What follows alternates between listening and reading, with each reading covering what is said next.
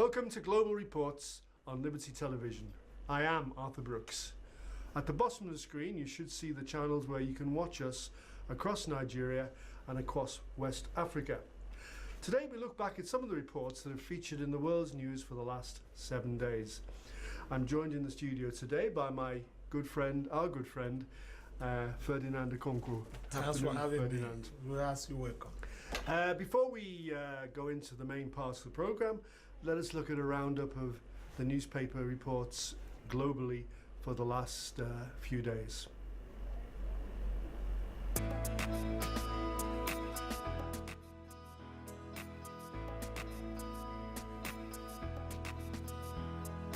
The UK Guardian newspaper on Monday carries a front page article with picture headlined "Macron wins French presidency but a country remains divided," in which the newspaper reported that the pro-centrist Emmanuel Macron has won the French presidency in a decisive victory over the far-right front leader Marine Le Pen and vowed to unite a divided and fractured France. Monday's UK Times newspaper carries on its front page the headlines "Landslide for Macron," in which the newspaper reports that Emmanuel Macron won the French presidency last night, crushing Marine Le Pen, the far-right candidate, after a vicious contest, decades of rule by established parties.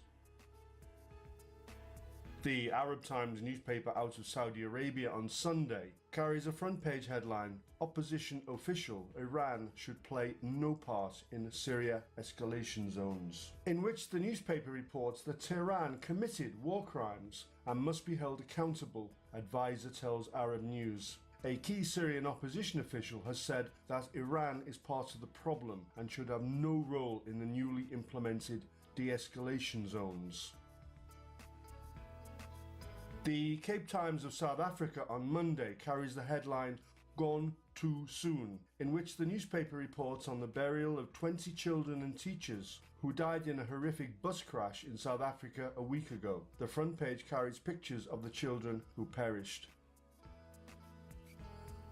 The French Liberation magazine carries a picture of the newly elected French president, Emmanuel Macron, with the headline "Bien joué," which translates into English meaning "good game."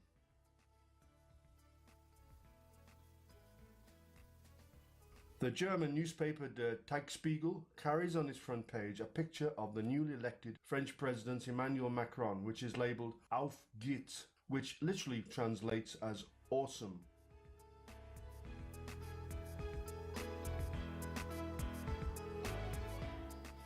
Monday's USA Wall Street Journal carries an article on its front page titled "Venezuela is starving, hobbled by economic policies. South America's once rich country cannot feed its people." The article goes on to describe how Venezuela was once Latin America's richest country, producing food for export. Venezuela now can't grow enough food for its own people. In an economy hobbled by the nationalization of private farms, prices and currency controls, it now has the world's highest inflation at 720% this year. And that's all for another week in Global Reports Newspaper Review. Well, that's our newspaper report for another week.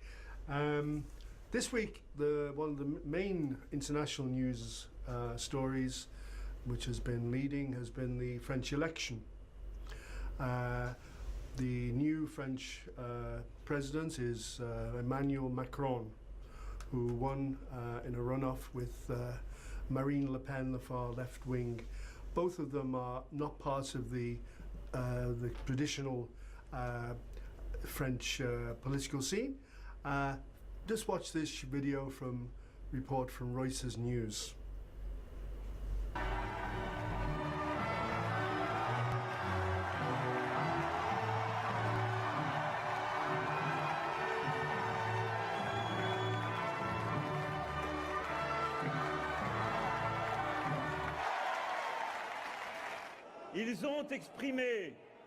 Ils ont exprimé aujourd'hui une colère, un désarroi, parfois des convictions.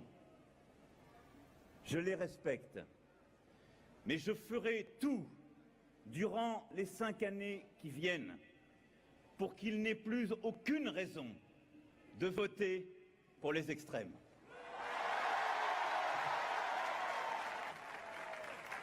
L'Europe et le monde attendent que nous défendions partout l'esprit des Lumières, menacé dans tant d'endroits.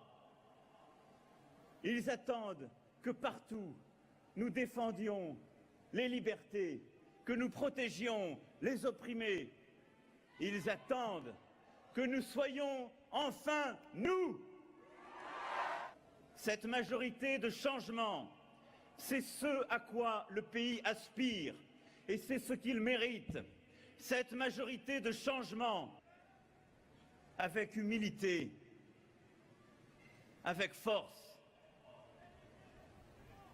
Je vous servirai au nom de notre devise, liberté, égalité, fraternité. Je vous servirai avec amour. Vive la République! Vive la France!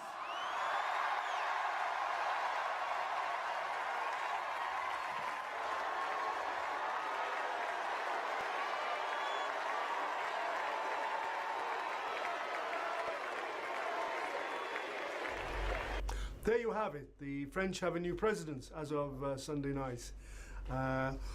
Ferdinand, what do you think of French politics? Do you have any thoughts? Well, we appreciate what has happened in France. And like we said earlier, it's a continuation of the revolution that have started in Europe. What happened in US by the voting in of Trump continues in Europe. Now, you can remember, and it is on record, that this is the first time in the past 50 years that you have a president that is not coming out from the socialist or the Republican. And it shows that the world is getting away from this idea of that is the way we do things. The world is getting away. People are getting tired of all these people rotating themselves as people in power and people who must be in power. The world is just getting tired of it. And you can see the young man, 39 years, he is standing in now as not being from either of the extremes. Yeah, he's a centrist. He's a centrist. Yeah, And not from the left, not from the right. one thing that is remarkable is whom he contested with. Yeah. The far-right candidate. For the first time since the inception of that party, this is the first time they are making an They're impact. even making it, yeah. They are the woman was happy. Le Pen was very happy. Happy not because she lost election or she won an election. She's happy because they have made a statement. There is a serious movement towards that far right. Yeah. No, but even Marine Le Pen's party have come more towards the centre. Her father's was a very extreme right wing. And she modernized what the father left. Yeah, she sacked him. She sacked her own father from the party. And one thing is clear. The president, I don't want to envy him now. He has a highly divided country. You could see the lowest number of voters in the last 50 years. Yeah, exactly. People are just frustrated. And more. People are tired. They are looking on for him. France will be defined by his approach in the next 5 years. The event in France will be defined by what he will be able to do in the next 5 years.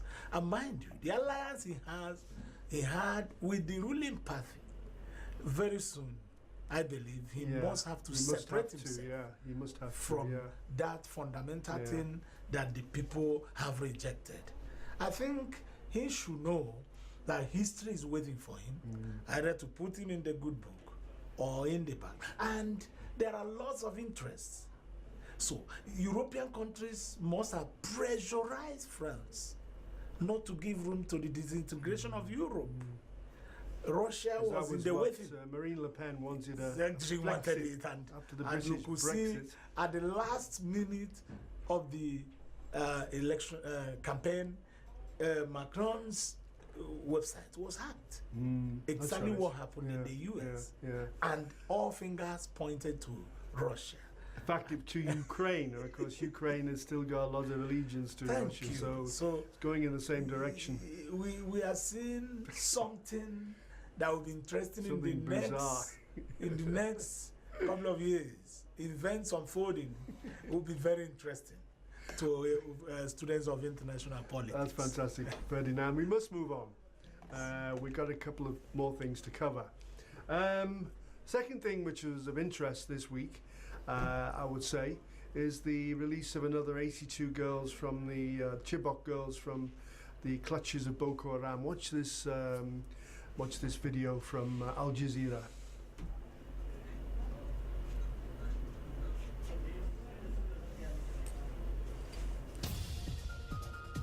Can't find it.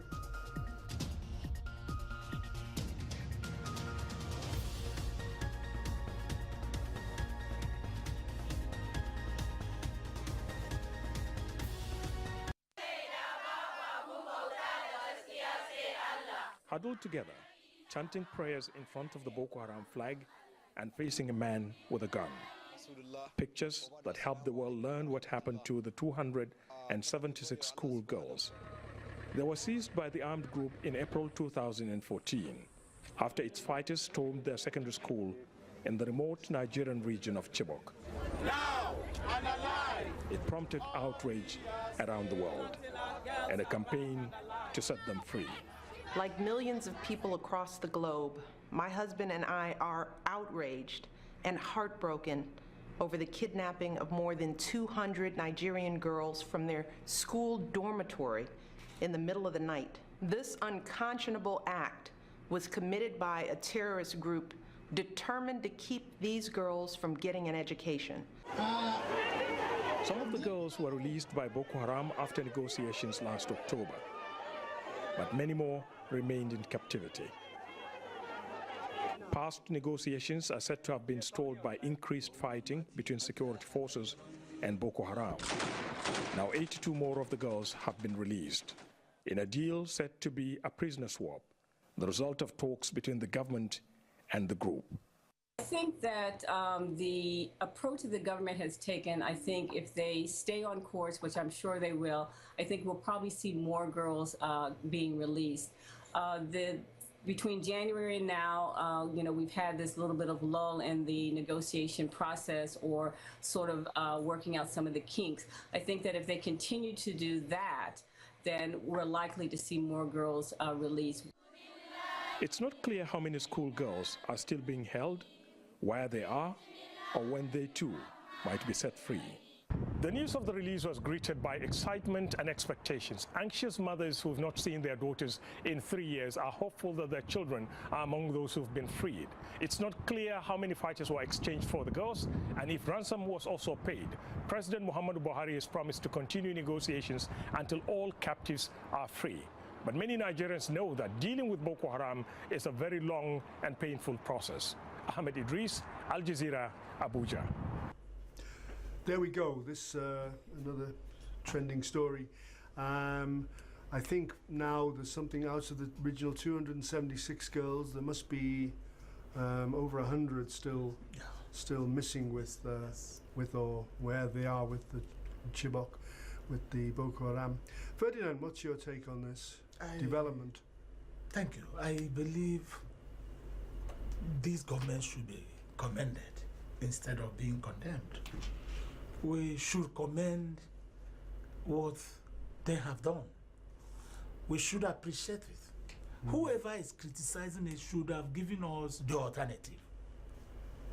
You don't just wake up and criticize. And I'm telling you, most of the people that are running down this program, this achievement, are people who brought us to where we are today. I remember the very day the kidnap was announced. The former people in government were dancing in a podium in Kano, campaigning for presidential election. And today this meet is achieved, and somebody is sitting down to say it is very wrong. And those who are criticizing it, my brother, If they are in the same position with the families of these children that were kidnapped, they can afford to sacrifice the entire nation just to save their families. That is the nature. Whoever is criticizing is inhuman. It's just being inhuman. We encourage the government to continue. You see, there is this natural law that if you are pursuing a criminal and then instead of sacrificing an innocent life, you allow the criminal to escape because you have another day to pursue. Pursue them, yeah. Yes, of course. We should commend them. We should. There is a quantum leap in terms of achievement when it concerns the fight against terrorism by this government and the previous government when you compare them. It'll be interesting to see what the girls themselves, when they talk to them rather, yes. Say interrogate them, but talk to them, find out what happened to the other girls, see if any of them are still surviving. It's a very tragic thing, and it's unfortunately parts of what we're looking at these days. We should commend the system. If you say this is not an achievement, the loss of these children, do you call it an achievement as well? That's not achievement either, yeah. Of course. So when there is any reason to release one person, we should commend that reason. We should equally encourage them to continue. The negotiation should continue. Whatever that will bring this situation to control, whatever will solve this problem for this nation, we should move to that direction. All we want is peace. All we want is peace, exactly. We now move on to another issue, the health of our dear president. Watch this video from China Global Television.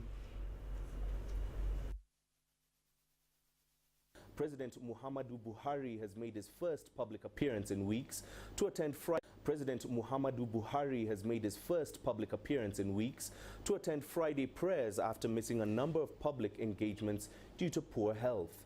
President Buhari disappeared for 6 weeks of medical leave in London earlier this year, leading some to call for his replacement.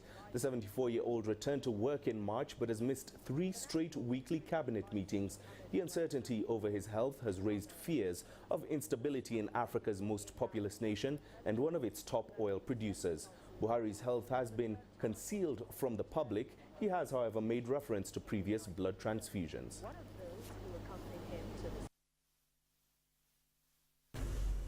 There you have it, yeah. This is another issue which everybody's concerned about. The question mark is on the health of our president. Ferdinand. Buhari is a human being. His president today has not made him a spirit. He's bound to be sick when he's supposed to be sick. People politicizing it are just trying to divert our attention from the real issue of governance. And they are the people who have succeeded in bringing us to where we are today. Those whom was given opportunity and they continue to destroy us with their barbaric attack on our common purse. These are the people who are trying to politicize the sickness of the president.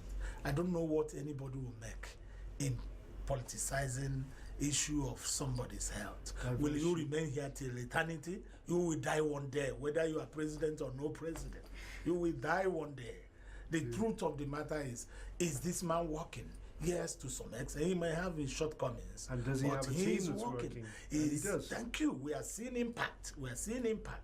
Somebody said this government is selective. Yes, they need to be necessarily selective. If you want to arrest all the corrupt Nigerians today, you will arrest virtually all of us. Whole nation. Of course. So you must start from the critical ones. So and these are the you think this is diverting attention? This is just diverting our attention from the real issue. Yes. People wants to move us away from where they hid our money inside their houses and then their ceilings, inside their septic tanks. They want to move us away from that and divert our attention whether the President Buhari is the president, but there is administration on ground. It's there. With or without him on seat, government is moving on. And we shouldn't be bothered with those minor issues as when he's sick and when he's not sick. If he had taken Panadol in his house and he's okay, we will get to this point. Simple. So leave us with keep focused on the real issue. Keep focused. He's away for a while, and he will come back by the grace of God and continue with the good work. The good work is this administration must be allowed to achieve its aim, bring corruption to a controllable level. That's what APC came for. That is what we have voted for. Ladies and everybody, we're actually running out of time, so we have to round up at this point. For more global reports, we can join us in the studio next Tuesday at the same time at 1:30. And I want again to thank my good friend Ferdinand Okonkwo for once more gracing our occasion. And I'd like to thank our studio crew in the control room and Sam in the studio here for a job well done. And this is Arthur Brooks signing off for this week, and keep watching, please.